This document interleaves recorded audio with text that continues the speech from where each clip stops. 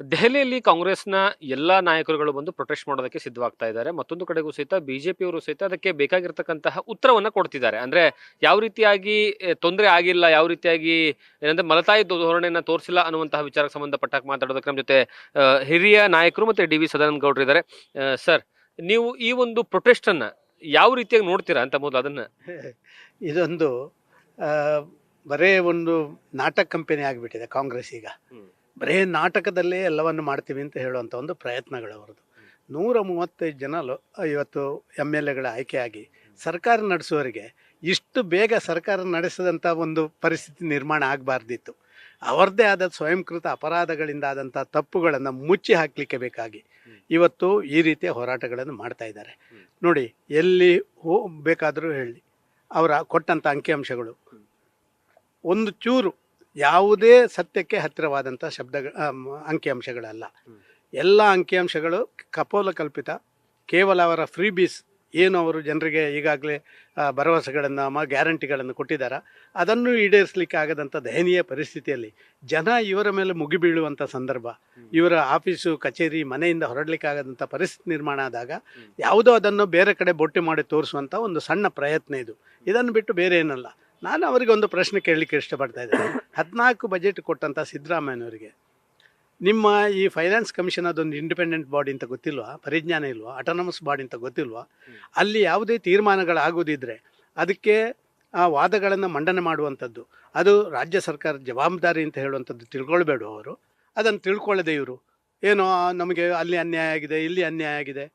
ಇವತ್ತು ನಿಮ್ಮ ಎರಡಕ್ಕೂ ಕೂಡ ಯಾವುದು ಬರ ಬಂದಂಥ ಸಂದರ್ಭಗಳಲ್ಲಿ ಬರ ಬಂದ ಸಂದರ್ಭದಲ್ಲಿ ಅದಕ್ಕೆ ಕೊಡಬೇಕಾದಂಥ ಹಣ, ಇದಕ್ಕೆಲ್ಲ ಒಂದು ರೀತಿಯಲ್ಲಿ ಅಂಕಿಅಂಶಗಳ ಆಧಾರಿತವಾದಂಥ ಒಂದು ಡಿಸಿಷನ್ ತಗೊಳ್ಬೇಕಾದಂಥದ್ದು, ಅದನ್ನು ಮಾಡುವಂಥದ್ದಕ್ಕೆ ಕೂಡ ಅವಕಾಶಗಳನ್ನು ಕೊಡದೆ ಬಾಯಿಗೆ ಬಂದಾಗೆ ಮಾತಾಡಿದರೆ ಅರ್ಥ ಏನು? ಲೋಕಸಭಾ ಸದಸ್ಯರು 25 ಜನ BJPಯವರು ನಮ್ಮ ಮಾತಾಡೋದೇ ಇಲ್ಲ, ಅವರಿಗೆ ಮೋದಿಯನ್ನು ನೋಡಿದರೆ ಹೆದರಿಕೆ, ಹಂಗೆ ಹಿಂಗೆ ಅಂತ ಹೇಳಿ ಹಾದಿ ತಪ್ಪಿಸುವಂಥ ಕೆಲಸ ಮಾಡ್ತಾರಲ್ಲ. ಒಂದು ಮೀಟಿಂಗ್ ಕರೆದಿದ್ದಾರೆ ಇವರು, ಒಂದು ಮೀಟಿಂಗು ನಮ್ಮನ್ನು ಕರೆಸಿ ಕೂರಿಸಿ ಇಂಥದ್ದು ಆಗ್ತಾ ಇದೆ, ನಮ್ಮ ಜೊತೆ ಬನ್ನಿ, ಮಂತ್ರಿಗಳಲ್ಲಿ ಹೋಗಬೇಕು ಹಿಡಿಬೇಕು ಅಂತ ಹೇಳುವಂಥ ಏನಾದ್ರು ಮಾಡಿದ್ದಾರೆ? ಇದನ್ನೆಲ್ಲ ತಿಳ್ಕೊಳ್ಳುವಂಥ ಅವ್ರು ಹೇಳೋದು ಸರ್, ಈಗ ನವೆಂಬರ್ ಇಂದನೂ ಸಹಿತ ನಿರಂತರವಾಗಿ ದಾಖಲೆಗಳ ಮೂಲಕವಾಗಿ ನಾವು ಬರದ ಏನಂದ್ರೆ ಪರಿಸ್ಥಿತಿ ಹೇಗಿದೆ ಅಂತ ಮತ್ತೆ ಅದು ಎಷ್ಟು ಲಾಸ್ ಆಗಿದೆ ಅನ್ನುವಂತಹ ವಿಚಾರವನ್ನ ಕೊಟ್ಟಿದ್ದೀವಿ. ಇನ್ನೂವರೆಗೂ ಸಹಿತ 3 ಸರಿ ಬಂದು ನಾವು ಮನವಿಯನ್ನು ಕೊಟ್ಟರು ಅದಕ್ಕೆ ಕೇಂದ್ರ ಸರ್ಕಾರ ನಮಗೆ ಸ್ಪಂದನೆ ಕೊಡ್ತಾ ಇಲ್ಲ. ನಾವು ಒತ್ತಡ ಮಾಡಬೇಕು ಅಂತ, ಇಲ್ಲಿ ಲೋಕಸಭಾ ಸದಸ್ಯರು ಒತ್ತಡ ಮಾಡಬೇಕು ಅಂತ ಅವರಿಗೆ ಮನಸ್ಸುಂಟು ಅಂತ ಹೇಳಿರ್ಲಿ, ನಮ್ಮನ್ನು ಕರ್ಕೊಂಡು ಹೋಗ್ಬೋದಲ್ಲ, ಕೇಳ್ಬೋದಲ್ಲ, ನಿಮ್ಮ ಸರ್ಕಾರ ಮಾಡ್ತಾ ಇಲ್ಲ ಅಂತ ಹೇಳುವಂತ ಕೇಳಲಿಕ್ಕೆ ಬನ್ನಿ ನಮ್ಮೊಟ್ಟಿಗೆ ಅಂತ ಹೇಳ್ಬೋದಲ್ಲ. ಇಲ್ಲ, ಅವ್ರು ಕರಲಿಲ್ಲ ಅಂದ್ರೆ ನೀವೆಲ್ಲ ಸೇರ್ಬಿಟ್ಟು ಹೋಗ್ಬೋದಾಗಿತ್ತಲ್ಲ ಕೇಂದ್ರ. ಯಾರು ಆಡಳಿತ ಮಾಡೋರು ನಾವ? ಕರ್ನಾಟಕದಲ್ಲಿ ಆಡಳಿತ ಮಾಡಿದರೆ ಆಡಳಿತಕ್ಕೆ ಹಸ್ತಕ್ಷೇಪ ಅಂತ ಹೇಳಿದ್ದಾರೆ. ಇವರಿಗೆ ಬೇಕಾದನ್ನು ಮಾಡಿದರೆ ಕೇಂದ್ರದಿಂದ ಏನೆಲ್ಲ ನಮಗೆ ಬರಲಿಕ್ಕೆ ಬಾಕಿ ಉಂಟು ಅಂತ ಅವರು ಹೇಳಬೇಕು. ಬನ್ನಿ ನಮ್ಮೊಟ್ಟಿಗೆ ನೀವು ಕೂಡ, ಇಲ್ಲಿಂದ ಆಯ್ಕೆ ಆದವರು ನೀವು ಅಂತ ಹೇಳುವಂಥದ್ದನ್ನು ಹೇಳಬೇಕಲ್ಲ ಅವರು. ಅದನ್ನು ಮಾಡದೆ ಕೇವಲ ದೋಷಾರೋಪಣೆ ಮಾಡಿದರೆ ಅಲ್ಲಿಗೆ ಆಯ್ತಾ, ಮುಗೀತಾ? ಓಕೆ, ಇನ್ನೊಂದು ಸರ್, ಅವರು ಬಹಳಷ್ಟು ಹೇಳ್ತಿರೋದು ಅಂಕಿಅಂಶಗಳ ಬಗ್ಗೆ ನೀವು ಕೇಳ್ತಾ ಇದ್ರಿ. ಅಂಕಿಅಂಶ ಪೂರ್ತಿಯಾಗಿ ಇಟ್ಟಿದ್ದಾರೆ.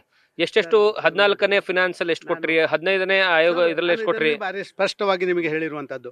14ನೇ ಫಿನಾನ್ಸ್ ಕಮಿಷನ್ ಆದ್ಮೇಲೆ 15ನೇ ಫಿನಾನ್ಸ್ ಕಮಿಷನ್ 5 ವರ್ಷಕ್ಕೆ ಏನು ಕೊಡಬೇಕು ಅಂತ ಹೇಳುವಂಥದ್ದು ಒಂದು ತೀರ್ಮಾನ ಬರಲಿಕ್ಕೆ ಎಲ್ಲ ರಾಜ್ಯದ ಫೈನಾನ್ಸ್ ಮಿನಿಸ್ಟ್ರು ಮುಖ್ಯಮಂತ್ರಿಗಳನ್ನು ಕರೆದು ಫೈನಾನ್ಸ್ ಕಮಿಷನ್ ಒಂದು ಮೀಟಿಂಗ್ ಮಾಡುತ್ತೆ. ಆ ಮೀಟಿಂಗ್ನಲ್ಲಿ ತೀರ್ಮಾನ ಆಗುತ್ತೆ ಮುಂದಿನ 5 ವರ್ಷದವರೆಗೆ ನಿಮಗೆ ಎಷ್ಟು ಪರ್ಸೆಂಟೇಜು ಟ್ಯಾಕ್ಸ್ ಕಲೆಕ್ಷನ್ನಲ್ಲಿ ಡೆವಲ್ಯೂಷನ್ ಆಫ್ ಫಂಡ್ಸ್ ಎಷ್ಟು ಹೋಗಬೇಕು ಅಂತೇಳಿ ಅವರು ಕಲೆಕ್ಟ್ ಮಾಡ್ತಾರೆ. ಆಗ ಇವರು ಬಂದು ಇಲ್ಲ ನಮಗೆ ಇಷ್ಟಿಷ್ಟು ಬರಬೇಕು, ಅವರೇನಾದ್ರು ತೀರ್ಮಾನ ಮಾಡಿದರೆ ನಿಮ್ಮ ತೀರ್ಮಾನ ಸರಿ ಇಲ್ಲ, ಆ ತೀರ್ಮಾನಗಳು ಹಿಂಗೆ ಆಗಬೇಕು ಅಂತ ಹೇಳಬೇಕಲ್ಲ. 14 ಬಜೆಟ್ ಕೊಟ್ಟಂಥ ಒಬ್ಬ ಫೈನಾನ್ಸ್ ಮಿನಿಸ್ಟ್ರಿಗೆ ನಿಮ್ಮ ಫೈನಾನ್ಸ್ ಕಮಿಷನ್ ಮುಂದೆ ವಾದ ಮಂಡನೆ ಮಾಡಬೇಕು ಅಂತ ಹೇಳುವಂತ ಪರಿಜ್ಞಾನ ಇಲ್ವಾ? ಸ್ವತಃ ಪ್ರಧಾನಿಗಳ ಮುಂದೆನೆ ಹೋಗೋರು ಮನವಿ ಮಾಡ್ಕೊಂಡಿದ್ದಾರೆ, ಇನ್ನು ಯಾರ ಹತ್ರ ಮನವಿ ಮಾಡ್ಕೋಬೇಕು ಅಂತ ಅವರು. ಪ್ರಧಾನ ಮಂತ್ರಿಗಳೆಲ್ಲ ಫೈನಾನ್ಸ್ ಕಮಿಷನ್ಗೂ ಪ್ರಧಾನ ಮಂತ್ರಿಗೂ ಸಂಬಂಧ ಇಲ್ಲ. ಅವ್ರು ಹೇಳ್ತಿರೋದು ಅದು ತಪ್ಪು ಅಂತ ನಾನು ಹೇಳೋದು. ಅದನ್ನು ಜನಗಳೇ ಹೇಳ್ತಾ ಇದ್ದಾರಲ್ಲ. ಈಗ ಫೈನಾನ್ಸ್ ಕಮಿಷನ್ ಕೊಡುವಂತ ದುಡ್ಡು ಕೊಡುವಂತದ್ದು ಕೇಂದ್ರ ಇರ್ಬೋದು, ಆದ್ರೆ ಎಷ್ಟು ದುಡ್ಡು ಕೊಡಬೇಕು ಅಂತ ಹೇಳಿ ತೀರ್ಮಾನ ಮಾಡೋದು ಫೈನಾನ್ಸ್ ಕಮಿಷನ್ ತಾನೆ. ಆದ ಕಾರಣ ಅದನ್ನು ಮಾಡುವಂತ ಕೆಲಸ ಅವರು ಮಾಡದ ಕಾರಣ ತಾನೇ ಇದಾಗಿರೋದು. ಸರ್, ಈಗ ನೀವು ನೋಡಿರೋ ಪ್ರಕಾರ, ಯಾಕಂದ್ರೆ ನೀವು ಸಹಿತ ಕೇಂದ್ರದಲ್ಲಿ ಸಚಿವರಾದವರು, ಯಾವ ರೀತಿಯ ಕೆಲಸ ಆಗುತ್ತೆ, ಯಾವ ರೀತಿಯಾಗಿ ಹಣ ಬಿಡುಗಡೆ ಆಗುತ್ತೆ ಅಂತ ಗೊತ್ತಿರುವಂತವ್ರು, ಕಳೆದ UPA ಸರ್ಕಾರಕ್ಕೂ ಈಗ ನಿಮ್ಮ NDA ಸರ್ಕಾರಕ್ಕೂ ಅನುದಾನದ ವಿಚಾರವಾಗಿ ಬಂದ್ರೆ ಎಷ್ಟು ಪ್ರಮಾಣದಲ್ಲಿ? ನಾನು ನಿಶ್ಚಯವಾಗಿ ಹೇಳಬಲ್ಲೆ, ಕನಿಷ್ಠ NDA ನನಗೆ ಕೊಟ್ಟಂಥ ಅಂಕಿಅಂಶಗಳ ಪ್ರಕಾರ ಸುಮಾರು 80 ಸಾವಿರ ಕೋಟಿ ಅನುದಾನಗಳನ್ನು NDA ಇದು ಯು ಪಿ ಎ ಕೊಟ್ಟಿದ್ರೆ ನಮ್ಮದು ಸುಮಾರು 2.5 ಲಕ್ಷ ಕೋಟಿಗಿಂತಲೂ ಹೆಚ್ಚು ಅನುದಾನ ಬಿಡುಗಡೆ ಆಗಿದೆ. ನನ್ನಲ್ಲಿ ಅಂಕಿಅಂಶ ಇದೆ, ನನ್ನಲ್ಲಿ ಕೂಡ ಅಂಕಿಅಂಶ ಇದೆ. ಬೇಡ, ನಿನ್ನೆ ನಮ್ಮ ಫೈನಾನ್ಸ್ ಮಿನಿಸ್ಟರ್ ಪಾರ್ಲಿಮೆಂಟ್ನೊಳಗೆ ಕರ್ನಾಟಕದ ಇಶ್ಯೂ ಬಂದಾಗ ಇದನ್ನು ಮಾತಾಡುವಂಥದ್ದು ಮಾತಾಡಿದ್ದಾರೆ. ನೀವು ಕೇಳಿರ್ಬೋದು, ಅವರು ಕೊಟ್ಟ ಅಂಕಿಅಂಶ, ಅವರು ಕೊಟ್ಟ ಅಭಿಪ್ರಾಯ ಕೊಟ್ಟಿರ್ಬೋದು. ಪಾರ್ಲಿಮೆಂಟಲ್ಲಿ ಯಾವುದೇ ರೀತಿಯಲ್ಲಿ ಒಂದು ರೀತಿಯ ಹೇಳಿಕೆ ಕೊಟ್ಟು ಅದು ವ್ಯತ್ಯಾಸ ಆದರೆ ಅದು ಕಂಟೆಂಪ್ಟ್ ಆಗುತ್ತೆ ಅಂತ ಗೊತ್ತಿದೆ. ಬೀದಿಯಲ್ಲಿ ಹೇಳುವಂಥದ್ದಲ್ಲ, ಬೀದಿಯಲ್ಲಿ ಹೇಳೋದಕ್ಕೂ ಪಾರ್ಲಿಮೆಂಟ್ ಹೇಳೋದಕ್ಕೂ ವ್ಯತ್ಯಾಸ ಇದೆ. ನಾವು ಹೇಳಿದ ಅಂಕಿಅಂಶ ಭಾರಿ ಕರೆಕ್ಟ್ ಇದೆ, ಅದರಲ್ಲಿ ಯಾವುದೇ ವ್ಯತ್ಯಾಸಗಳಿಲ್ಲ. ನೀವು ಹೇಳ್ತಿರೋದು ಕರೆಕ್ಟ್. ಯಾಕಂದ್ರೆ ಪಾರ್ಲಿಮೆಂಟ್ ಅಲ್ಲಿ ಒಂದು ದಾಖಲೆಯನ್ನ ಕೊಡ್ತಾರೆ ಅಂದ್ರೆ ತುಂಬಾ ಪಕ್ವತೆಯಿಂದ ಇರುವಂತಹ ದಾಖಲೆ ಆಗಿರ್ಬೇಕು. ಅಷ್ಟಾದ್ರೂ ಸಹಿತ ಸಿದ್ದರಾಮಯ್ಯನವರು ಮತ್ತೊಂದು ದಾಖಲೆಗಳು ಬಿಡುಗಡೆ ಮಾಡ್ತಿದಾರಲ್ಲ ಸರ್. ಅವರು ಎಲ್ಲಿ ಬಿಡುಗಡೆ ಮಾಡ್ತಾ ಇರೋದು? ಅವರು ಬೀದಿಯಲ್ಲಿ ಬಿಡುಗಡೆ ಮಾಡ್ತಾ ಇರೋದು. ಅವರು ವಿಧಾನಸಭೆ ಒಳಗೆ ಬಿಡುಗಡೆ ಮಾಡಲಿ, ಅದಕ್ಕೆ ಕೌಂಟರ್ ಏನು ಮಾಡಬೇಕೋ ಭಾರತೀಯ ಜನತಾ ಪಾರ್ಟಿಯ ಶಾಸಕರು ಅಲ್ಲಿ ಮಾಡ್ತಾರೆ, ಅಥವಾ ಮೇಲೆ ಎಲ್ಲಿ ಮಾಡಬೇಕು ಅದನ್ನು ಮಾಡ್ತಾನೆ. ಎಲ್ಲಿ ಮಾಡಬೇಕು ಅಲ್ಲಿ ಮಾಡದೆ ಎಲ್ಲೆಲ್ಲೋ ಮಾಡಿಕೊಂಡ್ರೆ ಏನು ಸುಖ ಸರ್? ಓಕೆ, ಇನ್ನೊಂದು ಸರ್, ಇನ್ನೂ ಕೊನೆಯದಾಗಿ, ಈಗಾಗಲೇ ಅವರು ಸಿದ್ದರಾಮಯ್ಯ ಹೇಳ್ತಿದ್ರು, ನಾವು ರಾಜ್ಯದ ಪರವಾಗಿ, ರಾಜ್ಯದ ಹಿತಕ್ಕಾಗಿ ಪ್ರೊಟೆಸ್ಟ್ ಮಾಡ್ತಿದೀವಿ, ಅದಕ್ಕೆ ಬಿಜೆಪಿಯ ಸಂಸದರನ್ನ ಮತ್ತೆ ಸಚಿವರನ್ನು ಸಹಿತ ನಾವು ಕರಿತಿದೀವಿ, ನೀವು ಸಹಿತ ಬಂದು ಭಾಗಿಯಾಗಿ ಅಂತ ಹೇಳ್ತಿದೀವಿ ಅಂತ ಹೇಳ್ತಿದ್ದಾರೆ. ನಿಮಗೂ ಸಹಿತ ಪತ್ರ ಬಂದಿದ್ದೀರಾ ಅಥವಾ? ಸರ್, ನನಗೆ ಇಷ್ಟವರೆಗೆ ಪತ್ರ ಏನು ಬಂದಿಲ್ಲ. ನನಗೆ ಮುಖ್ಯಮಂತ್ರಿ ಆದವನಿಗೆ ಗೊತ್ತಿದೆ ಸರ್. ಲೋಕಸಭಾ ಸದಸ್ಯರಿಗೆ ನಾವು ಯಾವುದಾದ್ರು ಒಂದು ರಿಕ್ವೆಸ್ಟ್ ಲೆಟರ್ಗೂ ಮತ್ತೊಂದನ್ನು ಕೊಡೋದಿದ್ರೆ ಅವರು ಅದರ ಜೊತೆ ನಮ್ಮ ಸಿಗ್ನೇಚರ್ನ ತಗೊಳ್ತಾರೆ. ಯಾವುದೋ ಒಬ್ಬ ಮೆಸೆಂಜರ್ನ ಕಳಿಸಿ ಒಂದು ಪತ್ರವನ್ನು ಕೊಟ್ಟು ಅದಕ್ಕೊಂದು ಸಿಗ್ನೇಚರ್ ತಗೊಳ್ಳುವಂಥ ಕ್ರಮ ಇದೆ.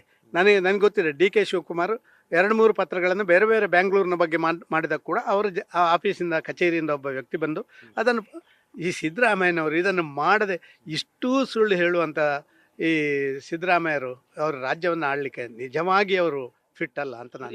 ಯಾಕೆ ಈ ತರ ಮಾಡ್ತೀರಿ? ಈಗಿನ ಸದ್ಯದ ಪರಿಸ್ಥಿತಿ ನೋಡಿದ್ರೆ ನೀವು ಪೂರ್ತಿ ಅವರು ಒಂದು ರೀತಿಯಲ್ಲಿ ಮಾನಸಿಕವಾಗಿ ಅಸ್ವಸ್ಥರಾಗ್ಬಿಟ್ಟಿದ್ದಾರೆ. ಅವರು ಒಂದು ಕಡೆಯಿಂದ DK ಶಿವಕುಮಾರ್ದು, ಒಂದು ಕಡೆಯಿಂದ ಬೇರೆ ಬೇರೆಯವರದ್ದು, ಅವರ ಪಕ್ಷದೊಳಗಿನ ಆಂತರಿಕ ಕಚ್ಚಾಟ, ಅವರೇನು ನುಡಿದಂತೆ ನಡೆದಿದ್ದೇವೆ ಅಂತ ಹೇಳುವಂಥದ್ದಕ್ಕೆ ಈಗ ನುಡಿದಂತೆ ನಡಿಲಿಕ್ಕೂ ಆಗುದಿಲ್ಲ, ನಿಲ್ಲಿಕ್ಕೂ ಆಗುದಿಲ್ಲ, ಆ ಪರಿಸ್ಥಿತಿ ಬಂದಿರುವಂಥದ್ದು. ಇದನ್ನಾಗಿ ಭಾರಿ ಕಂಗಾಲಾಗಿದ್ದಾರೆ.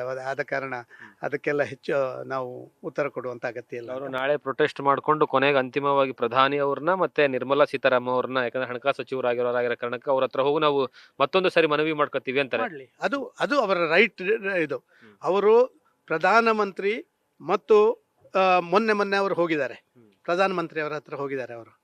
ಆದರೆ DK ಶಿವಕುಮಾರ್ನ ಬಿಟ್ಟು ಹೋಗಿದ್ದಾರೆ. ನನಗೆ ಗೊತ್ತಿದೆ DK ಶಿವಕುಮಾರ್ನ ಯಾಕೆ ಬಿಟ್ಟು ಹೋದ್ದು ಅಂತೇಳಿ. ಇಬ್ಬರು ಹೋದರೆ ಸತ್ಯ ಸಂಗತಿ ಗೊತ್ತಾಗುತ್ತೆ ಅಲ್ವಾ? DK ಶಿವಕುಮಾರ್ ಮತ್ತೆ ಇವರ ಮೇಲೆ ಹೇಳಿಬಿಡ್ತಾರೆ ಅಂತೇಳಿ ಅವರನ್ನು ಕರ್ಕೊಂಡು ಹೋಗಿಲ್ಲ ಮೊನ್ನೆ. ಓಕೆ ಸರ್, ಇದು DV ಸದಾನಂದ ಗೌಡ್ರವರು ಹೇಳುವಂತಹ ಮಾತು. ಕ್ಯಾಮ್ರಾ ಪರ್ಸನ್ ಅಶೋಕ್ ಜೊತೆಗೆ ಜಗದೀಶ್ ಕಾಶಂಪುರ್, ನ್ಯೂಸ್ ಫಸ್ಟ್, ನವದೆಹಲಿ. ನ್ಯೂಸ್ ಫಸ್ಟ್, ನಿರ್ಭೀತಿಯಿಂದ ನಿಮ್ಮ ಪರವಾಗಿ.